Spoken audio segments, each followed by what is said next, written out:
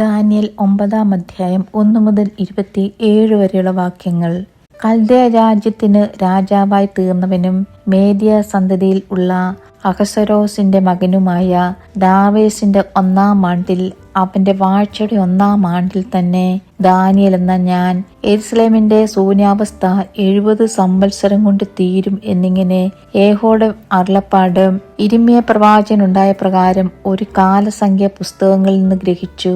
അപ്പോൾ ഞാൻ ഉപവസിച്ചും രട്ടുടുത്തും വെണ്ണീരിൽ ഇരുന്നും കൊണ്ട് പ്രാർത്ഥനയോടും യാചനകളോടും കൂടെ അപേക്ഷിക്കേണ്ടതിന് ദൈവമായ യഹോവയിലേക്ക് മുഖം തിരിച്ചു.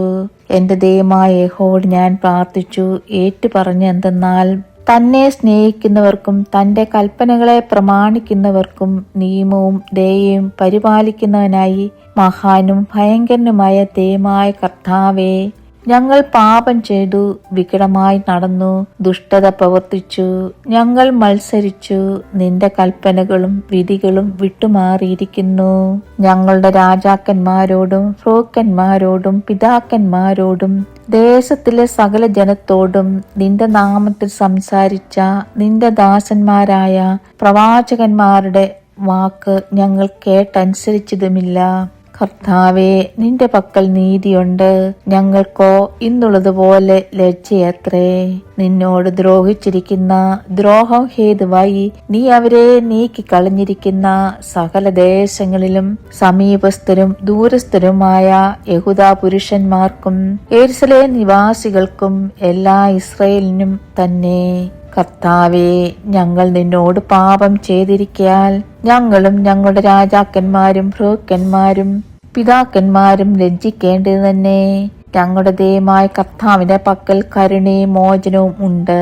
ഞങ്ങളോ അവനോട് മത്സരിച്ചു.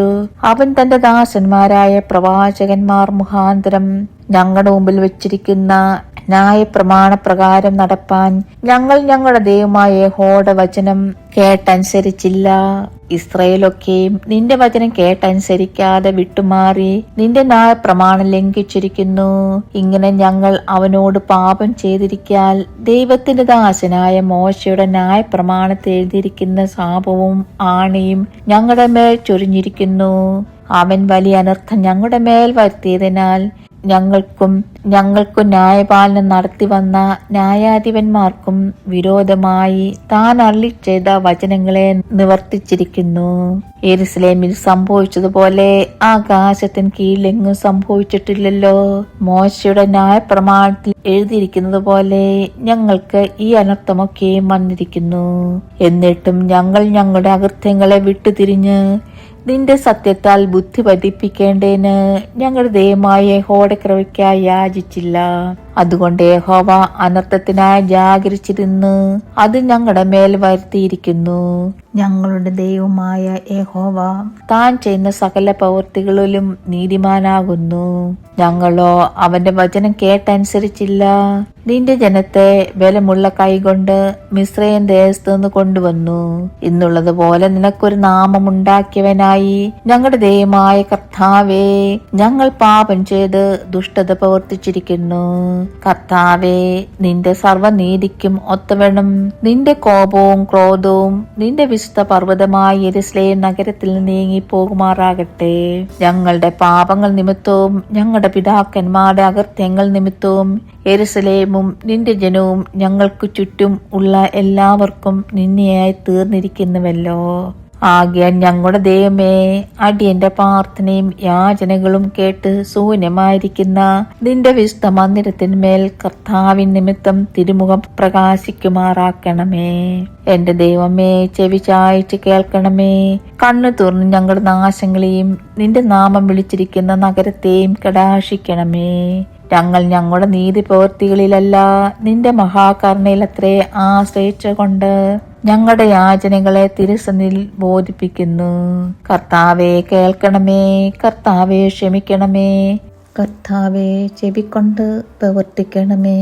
എന്റെ ദൈവമേ, നിന്നെ തന്നെ ഓർത്ത് താമസിക്കരുത്. നിന്റെ നാമം വിളിച്ചിരിക്കുന്നുവല്ലോ. ഇങ്ങനെ ഞാൻ പ്രാർത്ഥിക്കുകയും എന്റെ പാപവും എന്റെ ജനമായ ഇസ്രായേലിന്റെ പാപവും ഏറ്റുപറയുകയും എന്റെ ദൈവത്തിന്റെ വിശുദ്ധ പർവ്വതത്തിനു വേണ്ടി എന്റെ ദൈവമായ യഹോവയുടെ സന്നിധിയിൽ അപേക്ഷ കഴിക്കുകയും ചെയ്തുകൊണ്ടിരിക്കുമ്പോൾ, ഞാൻ എന്റെ പ്രാർത്ഥന കഴിച്ചുകൊണ്ടിരിക്കുമ്പോൾ തന്നെ ആദിയെങ്കിൽ ഞാൻ അത്യന്തം ക്ഷീണിച്ചിരുന്ന സമയം ദർശനത്തിൽ കണ്ട ഗബ്രിയേൽ എന്ന പുരുഷൻ ഏകദേശം സന്ധ്യായാഗത്തിന് നേരത്തെ എന്നോട് അടുത്ത് വന്നു. അവൻ വന്ന് എന്നോട് പറഞ്ഞതെന്തെന്നാൽ, ദാനിയേലേ, നിനക്ക് ബുദ്ധി ഉപദേശിച്ചു തരേണ്ടതിന് ഞാനിപ്പോൾ വന്നിരിക്കുന്നു. നീ ഏറ്റവും പ്രിയനാകിയാൽ നിന്റെ യാചനകളുടെ ആരംഭത്തെങ്കിൽ തന്നെ കൽപ്പന പുറപ്പെട്ടു. നിന്നോട് അറിയിപ്പാൻ ഞാൻ വന്നു മരിക്കുന്നു. അതുകൊണ്ട് നീ കാര്യം ചിന്തിച്ച് ദർശനം ഗ്രഹിച്ചുകൊള്ളുക.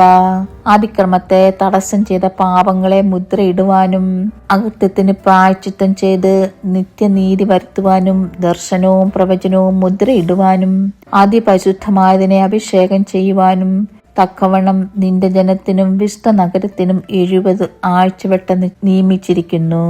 അതുകൊണ്ട് നീ അറിഞ്ഞ് ഗ്രഹിച്ചു കൊള്ളേണ്ടതെന്തെന്നാൽ, യെരുസലേമിനെ സ്ഥാനപ്പെടുത്തി പണിയുവാൻ കൽപ്പന പുറപ്പെടുന്നത് മുതൽ അഭിഷിക്തനായ ഒരു പ്രഭു വരെ 7 ആഴ്ചവട്ടം 62 ആഴ്ചവട്ടം കൊണ്ട് അതിന് വീതിയും കിടങ്ങുമായി കഷ്ടകാലങ്ങളിൽ തന്നെ വീണ്ടും പണിയും.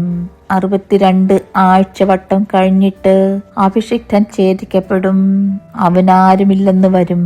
പിന്നെ വരുവാനിരിക്കുന്ന പ്രഭുവിന്റെ പടജനം നഗരത്തെയും വിശുദ്ധ മന്ദിരത്തെയും നശിപ്പിക്കും.